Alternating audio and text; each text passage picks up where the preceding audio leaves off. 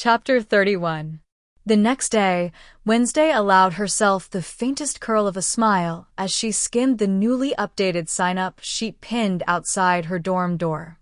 As expected, most of the names had vanished, scratched out, or mysteriously wiped clean. Only Eden remained, her overly excited doodles still swirling around her signature like confetti. Good. Wednesday needed space. She was planning something far more important than babysitting academic stragglers, and she still had Tyler to tutor. But peace, of course, was short-lived. During breakfast in the Nevermore dining hall, Xavier cautiously approached, clutching a half-eaten piece of toast like a peace offering. "I just want to say up front, if I could drop out, I would," he said, lowering his voice as he reached her table. "But Miss Thornhill won't let me. She says she won't have me failing her class just because I ended up in the hospital." Wednesday didn't look up from her book. "She seems to care more about her syllabus than your fractured ribs." "I wasn't that hurt," Xavier muttered, rubbing the back of his neck. "Still, my grades are slipping. And I'd rather not give my dad an excuse to come down on me when I get home." He hesitated. "Look, just one session. I won't bother you after." Wednesday's eyes flicked up, sharp and unreadable. "We'll see if you survive one." Later that afternoon, Wednesday met Tyler in their usual booth at the Weathervane. She sipped her black coffee while he scrawled notes in a workbook she'd marked with brutal red ink. "Xavier's being forced to join the session," she said flatly. "It's not ideal." Tyler shrugged, flipping to the next page. "I can just come to Nevermore. You've already got your hands full with Eden. Might as well add me back in. Plus," he grinned, "wouldn't mind finally seeing your room." Before she could answer, Tyler's expression shifted. His eyes grew darker, more focused. When he looked up again, it wasn't him. The hide smirked. "All he has to do is ditch the car and the phone. Go on foot. Through the woods. There's a path, he knows it. He doesn't need directions. He just needs to not be stupid about it." He leaned forward, voice dropping. "Or I'll take over. Either way, I get to see the room." Wednesday's spoon clinked against her cup. She stared him down, unblinking. "You really want to go to Alaska?" The hide let out a low, satisfied laugh, tilting his head back. "Snow, dear. Dynamite. Yeah, I really do." Tyler blinked. He was back. Confused. Breathless. "Did I miss something?" Wednesday pushed his workbook toward him. "Just your other half making travel plans." Miss Thornhill's face twisted as she eyed the black door to Wednesday's dorm room, arms folded like a poorly constructed barricade of authority. "I don't think it's appropriate for you to be holding tutoring sessions in your room," she said. "Ophelia Hall has a strict rule, no boys allowed." Wednesday didn't even look up as she rearranged her stack of annotated textbooks on the desk. "I've already complied with your little tutoring circus," she replied coolly. "And unless you'd prefer I conduct lessons in the middle of the cafeteria or the library, where the sounds of hormonal Neanderthals and squeaky furniture form a symphony of stupidity, I suggest you let it be." Her eyes slowly lifted, fixing Thornhill with a stare that could curdle blood. "Unless you'd rather I blow something up." Again. Before Thornhill could respond, Bianca raised her hand from the back of the room, barely glancing up from her notes. "I'm joining. So is Yoko." Ajax chimed in from the couch, his hand already halfway raised. "And me. So Miss Thornhill has nothing to worry about. There'll be witnesses." That night, Wednesday sat in her desk chair, arms crossed, as her room steadily filled with more people than she'd anticipated. Eden, Bianca, Yoko, Ajax, and, somehow, the entire Nightshade Society. They lounged on the bed, perched on windowsills, dragged chairs from the hallway. Her eye twitched. She glanced at the clock. Tyler would be here in 5 minutes. The knock came early. Miss Thornhill. Again. She opened the door only halfway. Thornhill's voice came tight and strained. "I thought we talked about this. This is a fire hazard. There are far too many." That was the last straw. Wednesday stepped aside, just enough to block the doorway with her frame. "You should be ashamed of yourself," she said, voice calm and flat. "Calling yourself a teacher when half your students can't even pass your simplistic lesson plans." "Excuse me?" Thornhill blinked. "Your assignments are lazy. If you think you can toss complex topics to children and expect comprehension by osmosis, you've mistaken half your class for amoebas." The hallway fell silent. "And your teaching methods laughable. You explain things with the cadence of a sleep podcast. By the time you're halfway through a sentence, half the room is unconscious." Miss Thornhill's mouth opened, then closed. Her face crumpled. "You assign reading that you never discuss. Homework based on chapters no one's covered. Your students are failing you, Marilyn. Not the other way around." By the time Principal Weems appeared at the hallway entrance, Thornhill was openly weeping. The crowd in the room stared. No one dared laugh, but the silence hummed with tension. "You wanted me to tutor," Wednesday said, deadpan. "I'm tutoring. Now stop bothering me." And with that, she slammed the door and dragged her heavy dresser in front of it. Students who had been watching from the hall scattered like startled pigeons, some running straight to Weems, breathlessly declaring, "Wednesday's bullying a teacher." Inside the barricaded room, Wednesday returned to her desk, opened Tyler's folder, and muttered, "5 minutes late. Typical." After Wednesday was certain no one else would dare knock, speak, or breathe too loudly near the barricaded door, silence settled over the room like fog. Everyone sat frozen, wide-eyed, still processing the verbal dismemberment they'd just witnessed between her and Miss Thornhill. Wednesday mentally noted that nearly everyone present was a member of the Nightshade Society, everyone except Eden, who sat with her hands neatly folded like she was attending a seance. Then, they heard it. Kriawak. Everyone turned. Wednesday stood slowly and made her way to her closet. With one fluid motion, she opened it to reveal Tyler climbing up through a trapdoor embedded in the closet floor. Gasps filled the room. Eden sprinted over, jaw dropping as she peered down the dark hole. "No freaking way. That passage is long and cramped," Tyler muttered as he brushed himself off. "Had to hunch over half the time. Pretty sure I scraped a rib on a pipe." "Quit whining." "You're here," Wednesday replied curtly. "Take your seat." Tyler nodded and sat on the edge of her bed, offering a quick, uncertain smile to the stunned crowd. Wednesday turned to the rest. "If any of you breathe a word about the passage," she said, voice sharp as broken glass, "I will personally make sure your skeletons are never found." Everyone nodded. Eden raised both hands, still staring. "But how did you even know it was there?" she asked, gesturing toward the closet floor. "How did you figure that out?" "I didn't," Wednesday said, nodding toward Tyler. "He did." Eden gawked at Tyler, who gave her a sheepish shrug. But Wednesday continued, "It wasn't difficult to deduce.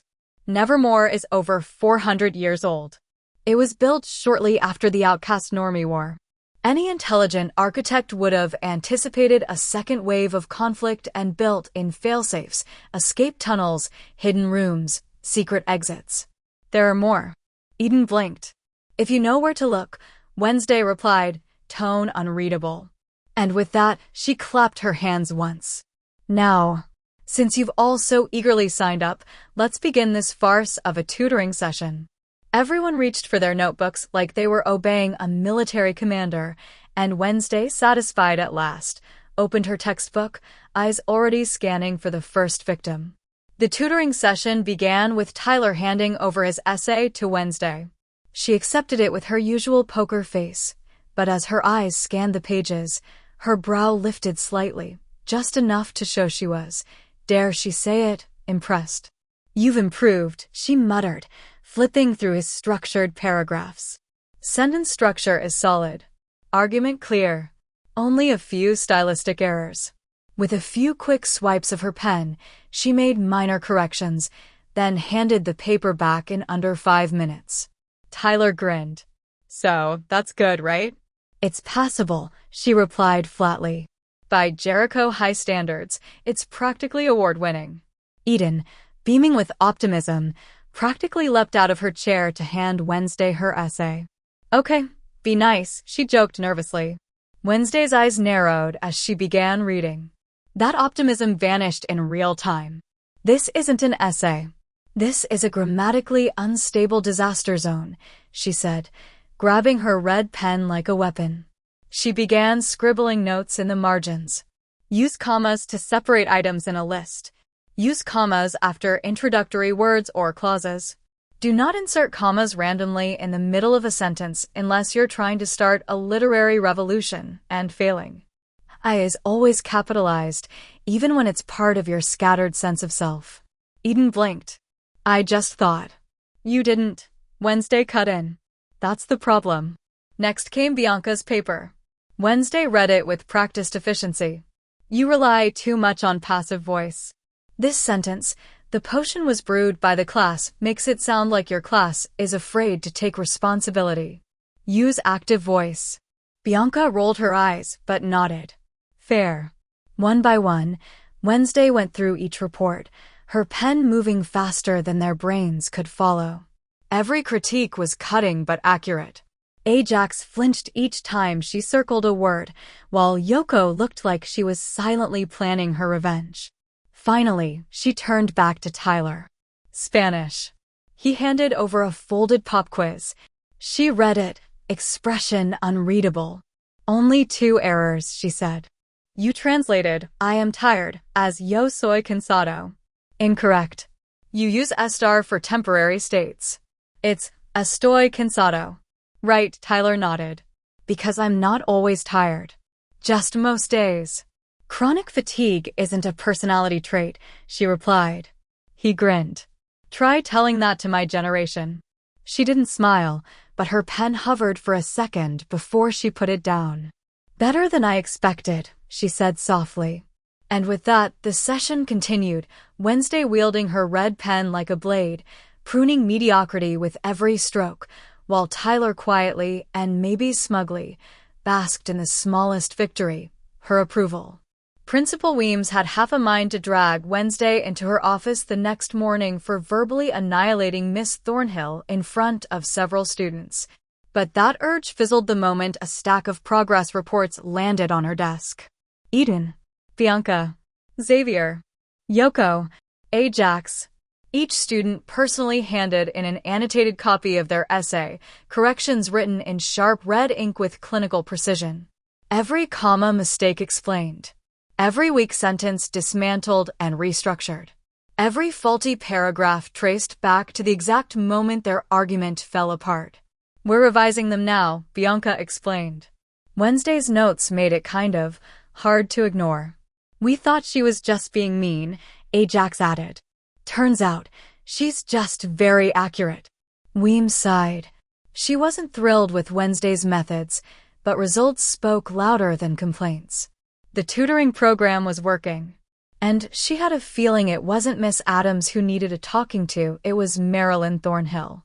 A teacher should have known better than to provoke a barely contained volcano. That night, the dorm room was unusually quiet, a soft hum of focused studying buzzing in the air. Bianca paced as she listed a long string of botanical names. Mandragora officinarum, Ricinus communis, Atropa belladonna. Stop. Wednesday's voice cut through the room like a scalpel. This is why you can't retain anything. Bianca blinked. Excuse me. Wednesday stood, crossed the room, and snatched the paper from her hand.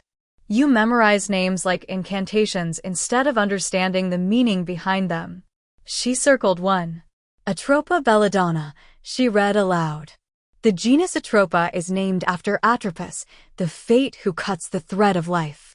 Belladonna is also known as deadly nightshade. Its name literally screams lethal. That's your first clue.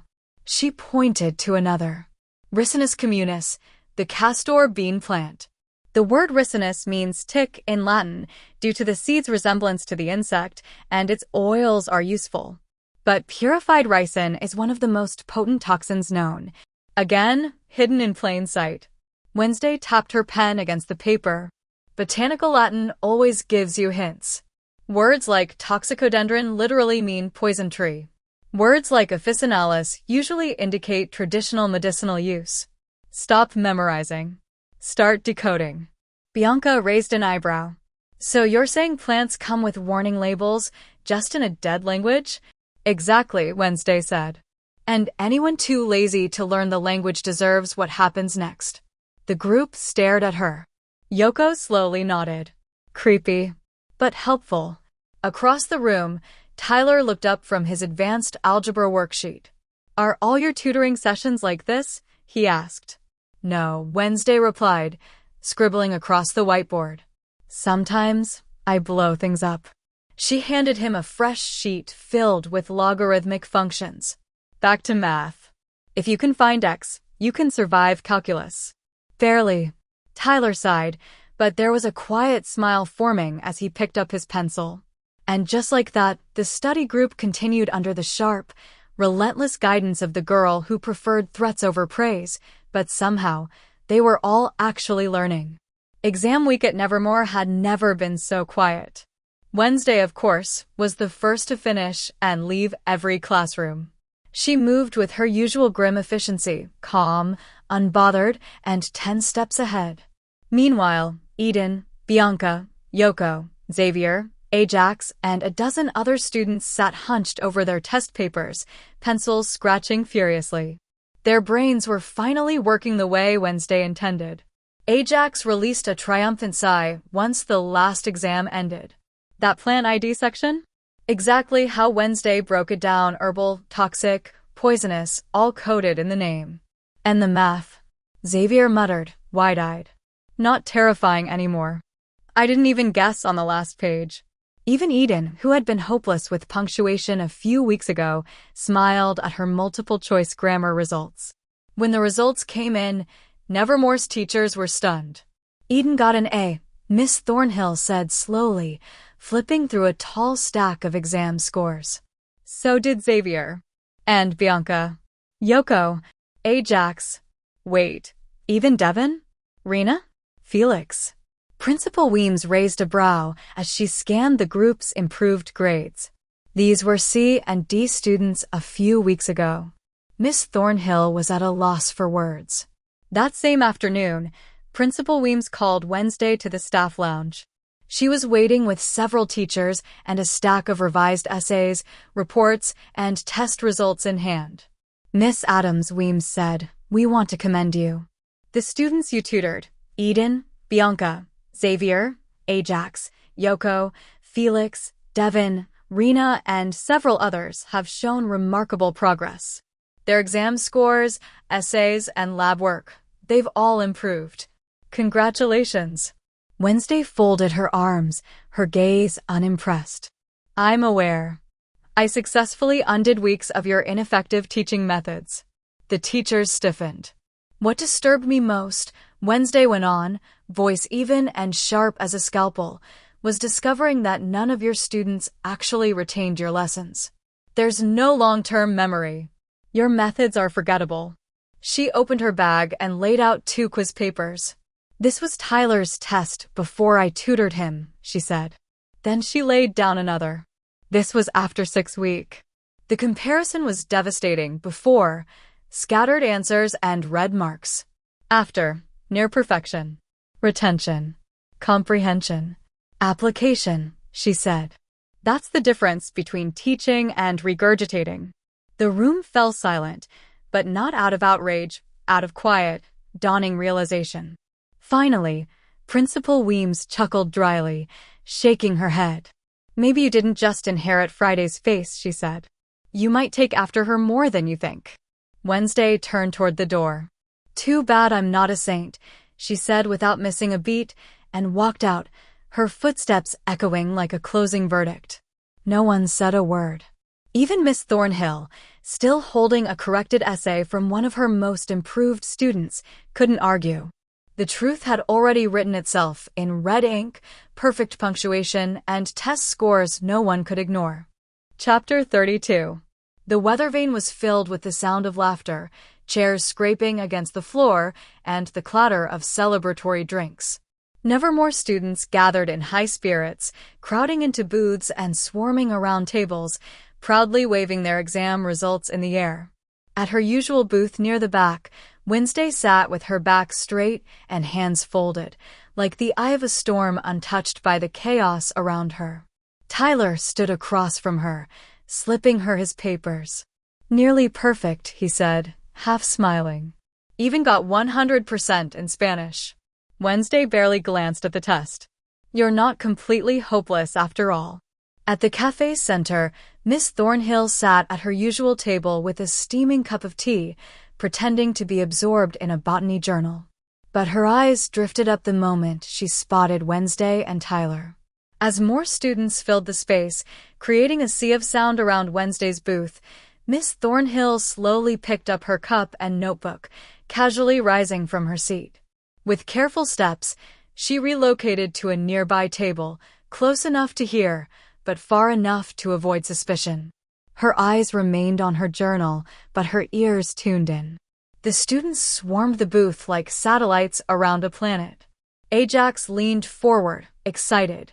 "That audio tape on identifying plant properties by their Latin names? Genius. I kept hearing your voice every time I saw the word Solanaceae." Eden piped up, "You made punctuation rules digestible."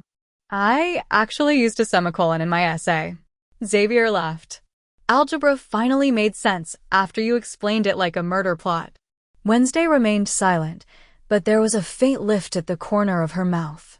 Miss Thornhill's fingers twitched on her teacup. Eventually, one by one, the students said their thank yous and headed out. Once the noise dwindled, Tyler slid into the booth beside Wednesday. The energy shifted, and then, without warning, his posture shifted too. The hide emerged. His grin was darker now, more amused than kind. "So, Alaska," he said, dragging the word out. "You think we'll be near Denali? Maybe we can go skiing." "You'll love it. Fresh air, lots of snow, broken limbs." Wednesday's face was unreadable. He looked down at the ticket and passport she'd handed him earlier. "Nice touch. The passport too." He chuckled. "Trying to get rid of me?" "Trying to sleep through the night without worrying about waking up in a pool of blood," she replied flatly. He laughed again. "God, you're fun when you're grim." Miss Thornhill watched closely, her teacup now untouched, her journal forgotten. The passport twirled in Tyler's fingers as the hide hummed thoughtfully, already picturing the Alaskan wilderness. And though her expression didn't change, Wednesday's eyes flicked toward the shifting shadows, half a second too late. Miss Thornhill quietly got up and left the cafe. Visiting outcast families continued to pour into Nevermore during exam week, arriving right on schedule each day just after 3 p.m., perfectly timed with the end of classes. Principal Weems stood proudly near the newly updated school board, where final examination results were now prominently displayed. Parents gathered in clusters, reading the names and grades with keen interest. At the top of the first-year rankings stood Wednesday Addams, followed closely by Bianca Barkley and a handful of others who had earned solid A's and B's. A murmur rippled through the crowd as parents noted the name Addams. "Is she by any chance related to Friday Addams?" one parent asked, clearly intrigued. Principal Weems offered a confident smile. "Indeed, she is. Wednesday is a direct descendant of Friday Addams. The Addams family has attended Nevermore for generations." Her voice carried with pride as she continued. "Nevermore was built by outcasts, for outcasts. We are constantly evolving, striving to improve our teaching methods to meet the demands of the information age while preserving our rich legacy." Meanwhile, inside Ophelia Hall, Wednesday and Eden were packing their things for the summer holidays. Eden was already folding clothes and stuffing toiletries into her overnight bag, humming a tune under her breath. Wednesday, on the other hand, moved with the mechanical precision of someone who would rather be dissecting corpses than packing socks. There were still 2 weeks left before Friday's exhibition was to be transferred to Pilgrim World, conveniently timed to align with the peak of tourist season. As the girls packed, a knock came at the door. Marilyn Thornhill stepped inside with her usual warm but cautious presence. She glanced at Eden before addressing Wednesday directly. "I just wanted to remind you," she said, gently, to hand over Goody's journal before you leave. We'll be coordinating the final handoff with Pilgrim World in time for the exhibition." Wednesday looked up slowly from her suitcase. Her expression was as unreadable as always, but there was a flicker of resistance in her eyes. She didn't reply immediately. Marilyn offered a sympathetic look. "I know how much time you've spent with that journal, but the school made a promise. It'll be protected. On display for outcasts and normies alike." Wednesday's fingers curled slightly at the edge of the suitcase. The idea of dropping off Goody's journal, her journal, to a tacky tourist trap like Pilgrim World grated against everything in her. The thought of crowds gawking at pages they wouldn't understand made her stomach twist with something dangerously close to sentiment. Still, she gave a curt nod. "I'll deliver it before I leave." Marilyn nodded, satisfied. "Thank you, Wednesday. It means a lot." As she left the room, Eden gave Wednesday a curious look. "You're really letting them borrow it?" "I don't see the point in it either," Wednesday corrected, voice cool. "Not anyone reads Latin." Then, after a pause, "Let's just hope Pilgrim World doesn't lose anything." Meanwhile, Mayor Walker was deep in conversation with Sheriff Galpin, seated at his office conference table, a stack of documents between them. They were reviewing security protocols for the upcoming summer season, particularly the exhibition of Wednesday Addams's manuscripts at Pilgrim World. "The Addams family is still threatening to sue," the mayor muttered, rubbing his temples. "Apparently, they're not thrilled we lost track of one of their family's artifacts. All because Wednesday took Goody's journal without so much as a whisper to the proper channels."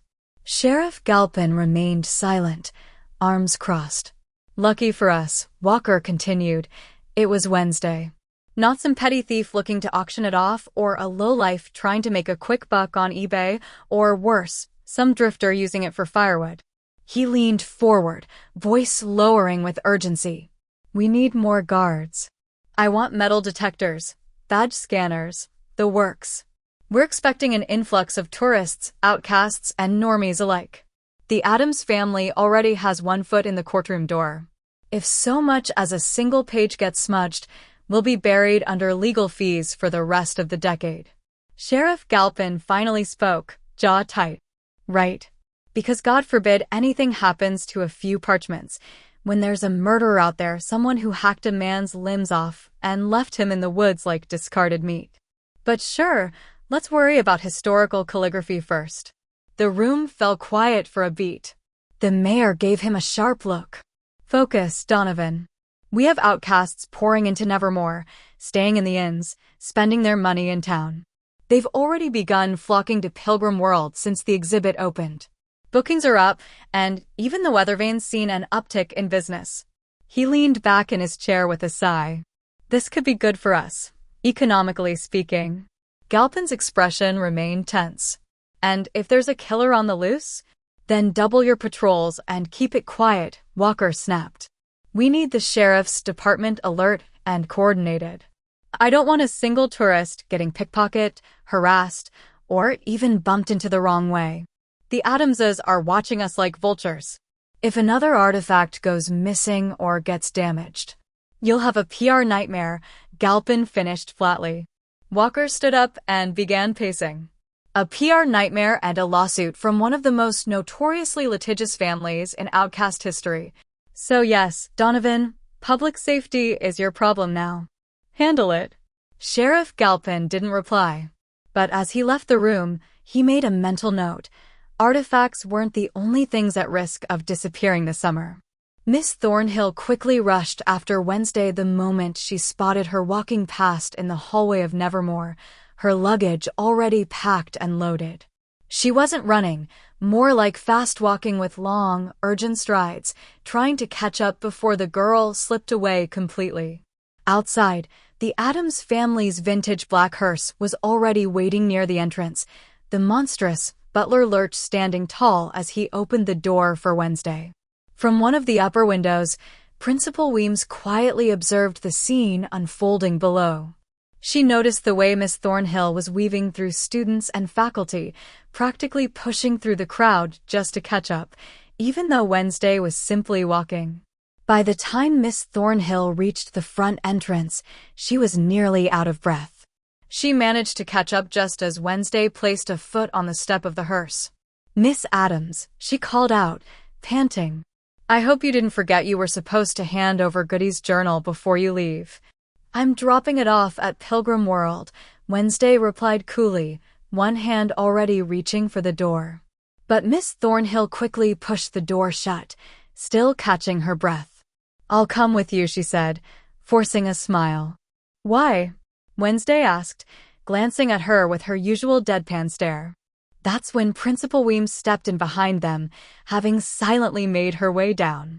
"Because we're already preparing to hand over Friday's artifacts to Pilgrim World," she said calmly. "I should have expected this," Wednesday muttered.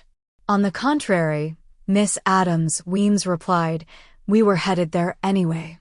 We might as well ensure the journal is handed over properly." They followed the Addams family hearse in their own cars to Pilgrim World, where Mayor Walker and Sheriff Galpin were already reviewing the final security arrangements ahead of the artifact exhibition.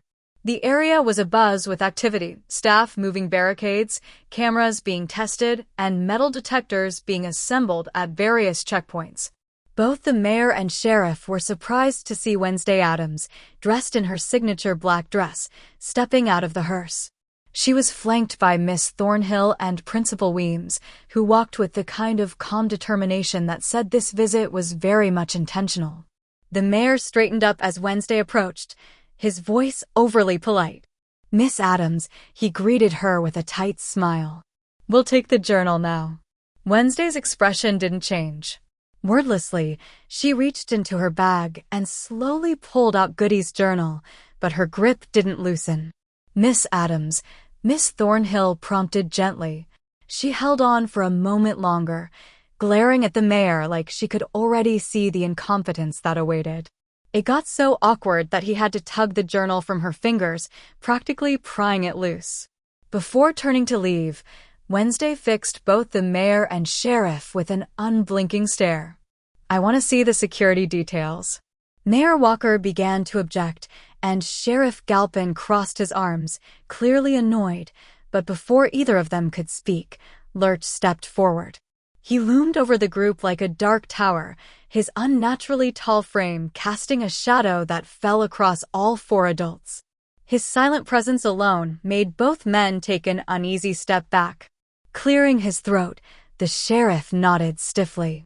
"We'll have armed guards stationed at all main access points, including the entrance, the meeting house, and both the main and rear halls. We've installed metal detectors, and every visitor will go through full bag checks." Wednesday's eyes narrowed. "That book better be returned to me after this entire circus is over." Without another word, she turned sharply on her heel and walked back to the hearse, her long black skirt sweeping behind her. Lurch followed in slow, deliberate steps. He reached the car first and opened the back door for her with a low grunt. Before climbing in, Lurch turned back to the others, Mayor Walker, Sheriff Galpin, Principal Weems, and Miss Thornhill, and gave a single, slow bow. It wasn't graceful. It was more of a looming, ceremonial warning. Then he climbed into the driver's seat, his tall frame folding awkwardly into the cramped space, his back hunched over the wheel, yet somehow he still managed to drive the hearse with eerie control as it rumbled away. All four adults stood in silence, each of them releasing a collective sigh of relief as the hearse disappeared down the path. At least Wednesday Addams was finally gone for the summer. Chapter 33. As Nevermore staff carefully carried Friday Addams' framed artifact into the meeting house at Pilgrim World, they worked methodically through a checklist and digital catalog to ensure every item was accounted for before officially handing it over. The air was thick with the scent of old parchment, varnished wood, and industrial-strength disinfectant, like history-meeting bureaucracy. Miss Thornhill had volunteered to assist with the setup, her steps brisk and efficient. Meanwhile, Sheriff Galpin had been assigned, no, more accurately ordered, by Mayor Walker to stay on site and make sure nothing was stolen or misplaced during the installation. The sheriff kept a watchful, tight-lipped presence as museum staff bustled about, unpacking and aligning the pieces with quiet reverence. As she arranged one of the display panels, Miss Thornhill glanced over at Donovan. "You know, we used to count the artifacts every morning and evening back at Nevermore," she said casually, brushing invisible dust from a display stand, just to be sure nothing had gone missing or been borrowed by overly curious students. "I'm honestly glad we're finally handing it all over to someone else." Sheriff Galpin didn't respond. His arms were crossed, eyes narrowed as he surveyed the team hoisting a glass case onto its pedestal. Undeterred, Miss Thornhill changed tactics. "So, when is Tyler leaving for Alaska?" she asked, tone light, almost breezy. Donovan turned his head slowly, brows furrowed. "What are you talking about?" "Oh," Miss Thornhill said, pretending surprise. "I just assumed he told you. I overheard him and Wednesday talking at the weather vane. He was saying how excited he was to see her family's estate up there. Something about skiing near Denali, I think. Sounded like quite the adventure." She gave him a polite smile before turning back to the exhibition, a faint smirk pulling at her lips. The framed artifacts were being carefully mounted along the decorative white walls, each piece paired with a small black placard detailing its name, origin, and historical relevance. Miss Thornhill stepped aside to adjust one of the hanging frames, ensuring it sat perfectly flush against its backing before pausing at the most prominent display. A charcoal portrait hung behind red velvet rope, centered under a dim spotlight. In it, Goody and Wednesday Addams stood side by side in severe colonial garb. One wore a dark dress, the other a pale gray. Their long twin braids fell straight over their shoulders, and their expressions were unnervingly still, almost waxen in their composure. One clutched a worn spellbook tightly to her chest, its binding cracked and curling from age. The other's hand rested loosely at her side, while on her shoulder a disembodied hand hovered mid-motion, as if caught moving by some unseen force. Below the portrait sat a glass display case containing Goody Addams' grimoire, bound in ancient leather and sealed with an iron clasp. Miss Thornhill tilted her head slightly, admiring the portrait, or perhaps studying it. She glanced toward a far corner of the room, where technicians were busy installing security cameras and wiring the room for surveillance. Her eyes narrowed, a flicker of something cold and calculated passing across her face. After getting home, Donovan Galpin stormed straight into Tyler's room, his footsteps heavy with anger. He stopped dead in front of the desk, where plane tickets and a passport were neatly placed beside a folded hoodie. He picked them up without a word. "Alaska?" he asked, voice low but laced with accusation. "Oh, yeah," Tyler said, trying to sound casual. "I've been meaning to ask you about that." "You're not going," Donovan snapped. "But Dad..." End of discussion. Donovan shoved the passport into his jacket and walked out, the door swinging shut behind him with a thud. As soon as he was gone, Tyler grabbed his phone and called Adele, Wednesday's cousin. "You're not gonna believe what just happened," he said. "My dad just took my ticket and passport, said I couldn't go with Wednesday to Alaska." Adele sighed but didn't sound surprised. "Hold on. I'll send you Pugsley's number. Call it." Tyler didn't waste a second. As soon as he got the contact, he dialed. The phone rang once before being answered. "Hello," Wednesday said in her usual flat tone as soon as the phone was handed to her. I don't know how to tell you this," Tyler said, trying not to sound defeated, "but my dad took my ticket and passport. Said I couldn't go."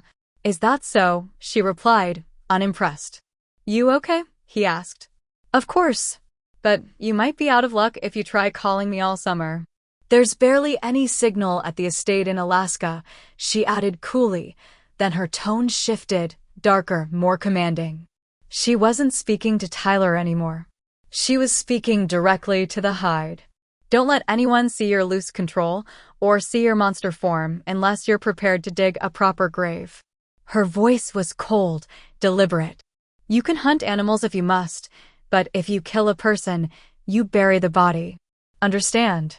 The hide stirred in response, agitated, angry, insulted. "See you in the fall, Wednesday," Tyler said through gritted teeth. "All right." She hung up. Tyler stared at the screen for a beat, chest heaving, then something inside him snapped. The hide surged forward. He bolted out of the house, through the backyard, and into the woods, sprinting with animalistic speed under the silver light of the full moon. Then came a sound, a roar, not human, not entirely beast. A terrifying scream, part wolf, part banshee, echoed through the forest, shaking the branches. A few days into the quiet lull of summer break, Miss Thornhill sat alone at her usual table in the weather vane, sipping her tea while idly flipping through a gardening magazine. The cafe was louder than usual, filled with out-of-towners and locals alike, their conversations buzzing over coffee and pastries. Posters of the Pilgrim World exhibition hung in the windows, and a miniature cardboard display of Goody Addams' portrait leaned against the counter. Sheriff Galpin walked in, nodding distractedly at the barista as he scanned the room. He spotted Miss Thornhill and made his way over. "Still in town?" he asked, pulling out a chair across from her. She looked up with a polite smile. "No family to visit, I'm afraid." Besides, her gaze flicked to the exhibition posters on the windows. "I've always wanted to admire Wednesday Addams' original manuscripts without students breathing down my neck or the threat of an Addams lawsuit if one of those 400-year-old parchments so much as wrinkles." Donovan let out a tired laugh as he Saturday, "Yeah, that sounds about right." "You look exhausted," she noted, watching him more closely now, her fingers still lightly stirring her tea. "Haven't slept much," he admitted. "Mayor's got me on public safety patrol with this whole exhibition going on. Jericho's flooded with people, and I'm supposed to keep it all from turning into a disaster." "You always rise to the occasion," she said mildly. He leaned back in his chair. "Tyler hasn't spoken to me since I took away those tickets and his passport." She tilted her head. "You stopped him from going to Alaska?" "Damn right I did," he said. "Found out he was planning to go off with Wednesday Addams of all people. Had everything packed, too, just didn't bother telling me. I took them before he could disappear." Miss Thornhill gave a small, noncommittal hum. So that's why he's been brooding." Donovan sighed. "He's been keeping to himself. Weird hours, barely around the house. I figured he was sulking, but now? I don't know. He's quiet, but not the usual kind." She didn't answer right away. Her gaze drifted toward the window, where a group of tourists in matching t-shirts snapped selfies outside. The expression on her face didn't shift, but her eyes stayed on the glass a beat too long. "He's a teenager," she said finally. "Teenagers sulk, I guess," Donovan muttered. "But with all the crap going on this week, I haven't really had time to think about it." Their conversation was cut short when Donovan's phone buzzed. He glanced at the screen, then stood abruptly. "What is it?" she asked. Station called. "Someone found a dead deer in the woods, same kind of butchering as the man from a few weeks ago. Limbs torn off. Scattered." Miss Thornhill froze, just slightly. Her teaspoon clicked quietly against the cup. "That's strange," she said, a little too evenly. Donovan was already halfway to the door. "Yeah, that's one word for it." She watched him leave, the light from the doorway cutting across her face as it opened, then closed behind him. She stared at the half-empty cafe cup for a moment longer. Donovan stepped out of his cruiser and into the dense hush of the woods. A faint breeze rustled through the branches above, carrying the sharp tang of pine and something fouler. The kind of smell that made the back of your neck prickle. He trudged past the tree line, where his deputy stood waiting near the edge of a shallow ravine. "Why the hell aren't there any yellow tapes?" Donovan asked, squinting ahead. His assistant shifted uncomfortably. "It's not a crime scene, Sheriff. It's just a deer." Donovan walked forward and stopped cold. What was left of the animal was sprawled across the mossy earth in a grotesque sprawl. Its limbs were twisted, broken, and scattered as if something had torn them apart for sport. Deep gashes cleaved through its fur and muscle, exposing ribs and sinew. The neck had been mauled so badly the head hung by threads. Flies swarmed the mess in a thick, buzzing cloud. No bite marks. No dragging. Just mutilation. Donovan stood in grim silence, the hairs on his arms stiffening. This wasn't a bear. Later at town hall, the fluorescent lights overhead hummed as Donovan leaned against the mayor's desk. "I'm telling you, it could be an outcast," he said. "Maybe someone from Nevermore, someone who didn't go home for the summer or snuck back." Mayor Walker scoffed. "Nevermore is empty, Donovan. Every single student and teacher is on break. The whole campus is shut down. If anything was happening up there, Weems would have called." Donovan's expression hardened. "Then maybe it's one of the tourists. We've got a flood of outcasts in town for the Wednesday Addams exhibition. You know as well as I do that some of them aren't just here for historical parchment and guided tours." The mayor's face darkened. "Don't even go there." "Why not?" Donovan challenged. "You think a normie did this?" "I think it was a bear. And that's what we're telling the public." Donovan let out a dry, humorless laugh. "A bear doesn't slice a deer into pieces and leave it like a message." Mayor Walker rose from his seat, voice tight. "And you know what happens if you go around saying it's an outcast, or worse, Nevermore? You spark another panic. Another normie versus outcast war. And with the entire country watching Jericho right now? With guests flying in from every corner of the world." He leaned in. "We've got journalists, scholars, and foreign dignitaries stepping foot in this town to see the Wednesday Addams manuscripts. We've got cameras, interviews, broadcasts, and school groups coming in daily. You want to blow that up over a dead deer?" Donovan didn't answer. "And don't forget," the mayor added, more quietly now, "the first attack happened weeks before the exhibition even started. This has nothing to do with Nevermore. Or outcasts." A long pause stretched between them. "Just put up the damn signs, Donovan," the mayor finished. "Tell the tourists to stay out of the woods. Say it's a bear. And handle this like a professional." Donovan gave a curt nod and left, but the mayor's words didn't settle the unease twisting in his gut. Outside, the town buzzed with tourists. Miss Thornhill smiled faintly at the security guard posted at the gates of Pilgrim World. He waved a metal detector over her bag and offered a routine, "Enjoy the exhibition," before gesturing her through. She nodded politely and stepped inside. The place was buzzing. Pilgrim World had always been kitschy, but now it was practically a cultural circus. Children in tricorner hats darted between booths, families lined up for butter-churning demos, and drone cameras hovered overhead capturing footage for vlogs. Up on a raised outdoor stage, actors in period costume reenacted the now famous tragedy of Friday and Tyler with dramatic flair. A crowd had gathered around, phones up, eyes misty. A girl near the front sniffled as the actor playing Tyler Galpin screamed Friday's name before diving into a papier-mâché inferno. Miss Thornhill paused just long enough to observe the scene. Her gaze fixed on the wooden set piece of Crackstone's burning church, then on the stone monument surrounded by fresh bouquets and glowing candles. She narrowed her eyes slightly and moved on. Nearby, a group of tourists gathered under the shaded veranda of the Founders Pavilion, where holographic timelines and narrated exhibits walked guests through Jericho's founding. A soft voice played over the speakers. Before the normies arrived, Jericho's land belonged to the outcasts, shapeshifters, seers, witches, and healers. Their culture thrived until Joseph Crackstone, a zealous settler fueled by fear and religious extremism, began the violent campaign we now call the Silent War. Two teenage girls in matching Nevermore Academy hoodies stood near a digital mural of Wednesday Addams. "She was so powerful," one said. "Like, she was basically the only reason the outcasts survived the war." "Yeah. And Tyler? Ugh. Heartbreaking.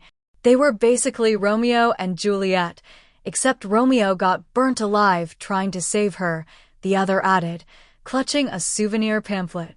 Behind them, a normie dad in cargo shorts mumbled to his wife. Did they just call Crackstone a xenophobic maniac? He was, his teenage son cut in, raising an eyebrow. He killed like half the outcast population and tried to burn down their school. They even found journals where he called them nature's filth. A passing outcast tourist, with a silver-inked sigil tattoo visible on her collarbone, scoffed. Typical settler mentality. Always hiding behind faith to justify genocide. Her partner nodded solemnly. Makes you wonder how many crackstones we've still got walking around today. Miss Thornhill stood silently nearby, one hand gripping the strap of her bag a little too tightly. Her lips curved into a smile, but it didn't reach her eyes.